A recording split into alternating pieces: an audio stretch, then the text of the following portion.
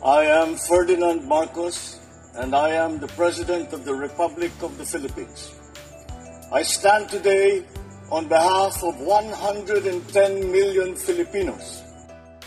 Hello Universe, it's me again. Shoutout sa inyo mga kababayan. Hello sa mga Marcos Loyalist supporters and Filipino OFW. Shoutout sa inyo. Good news tayo. Siyempre, lagi nating gawain, no, ng bansang Pilipinas ang tumulong sa kapwa at sa mga karatig bansa kahit saan man sa buong mundo. So nakikita nyo dito mga kababayan, ang balita sa Myanmar, nakakalungkot, very sad ang trahedya, no, gawa ng lindol, 'di ba? Ganun din sa Thailand. Nakakasama ng loob pero wala tayong magawa.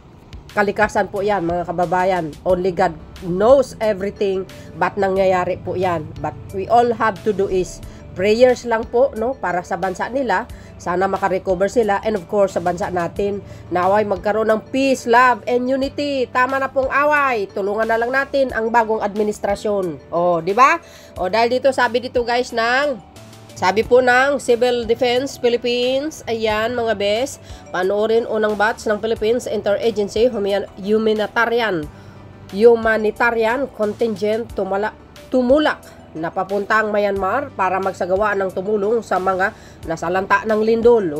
Sabi po ng GMA News. Yan, pura mismo, no? Ganyan si PBBM pag guys, no? Tulong kaagad. Grabe. Lahat naman, no? So dahil dito, pakinggan nyo po itong balita ng GMA News, mga beswa. Madaling araw pa lang naka-formation na ang grupo na magbibigay ng kanilang serbisyo para sa mga naapektuhan ng magnitude 7.7 na lindol sa Myanmar. 91 sila, suma total. Kabilang dito ang Special Rescue Units ng Philippine Air Force at Armed Forces of the Philippines. May mga kasama rin mula sa Department of Health na may karanasan sa lindol noon sa Turkey.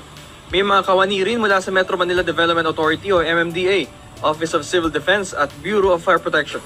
Pati ang private sector meron din kinatawan ng mga trained personnel na sasama sa humanitarian mission. Humigit kumulang 2 linggo ang itatagal ng grupo sa Myanmar. Unang batch na 58 na katao ang bumiyahe ngayong umaga sa kanyang dalawang C-130 plane. Bukas naman lilipad ang 33 na kasunod sakay pa rin ng C-130. Bibiyahe sila ng 5 oras papunta sa Thailand para sa gas stop. Saka babiyahe ng 1.5 oras papuntang Myanmar. Pagtulong doon sa mga maaring paghahanap, doon sa mga maaring buhay pa na mga naipit doon sa mga gumuhong mga istruktura dyan sa Myanmar.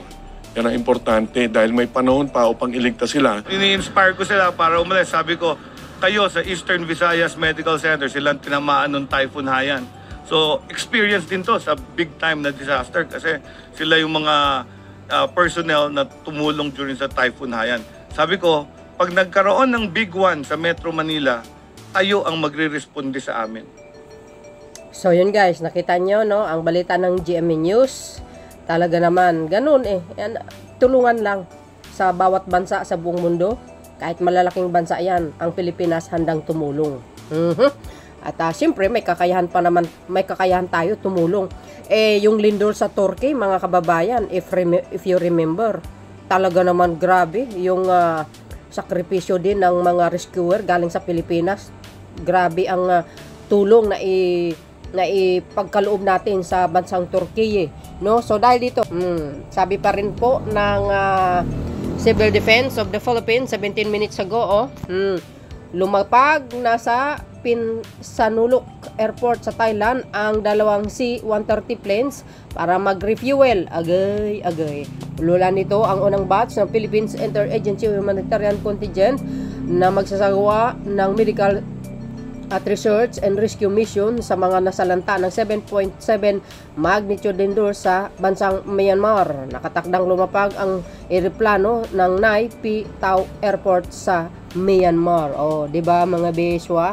And basta Pilipino, talagang laging handa yan, no, sa pagtulong, mga kababayan. Yan po ang asset natin Yan ang true identity natin Masipag, hard work, no, kahit saan bansa pa yan. Talaga naman ang mga Pilipino, maasahan mo sa lahat ng mga klaseng dilubyo. Tulong-tulong alam nyo naman tayo, ugali natin may pusong mamun, no, sa lahat ng banyaga, handang tumulong sa anumang klaseng sakuna. Yan, ora mismo nagpadala ng tulong ang bansang Pilipinas through our governments, no? Siyempre, under the Marcos administration. Alam nyo guys, nakakalungkot kung nakikita nyo yung pagbagsak ng mga buildings. Ay, ako talagang in-skip ko na. Masama po ang kalooban ko pag nakita ko. Ayaw ko makita. Kasi mababaw lang po ang luha ko. Hindi ko man sila kauri, pero tao din sila. Kumbaga, sila po ay creation din by our, our God, no? Parehong tao yan. Magkaiba lang tayo ng lahi. Pero sa mga ganyang klaseng sakuna, talaga nakakasama ng loob. So yun mga kababayan, ang aking pinaka-latest updates po sa inyo. Baka sabihin ng mga anti-Marcos, walang tulong ang Pilipinas. Sinasadya po natin yan. I-upload para to inform all the Filipino around the around the world. Para masasabi din na ang Pilipinas ay laging tumutulong yan. Okay?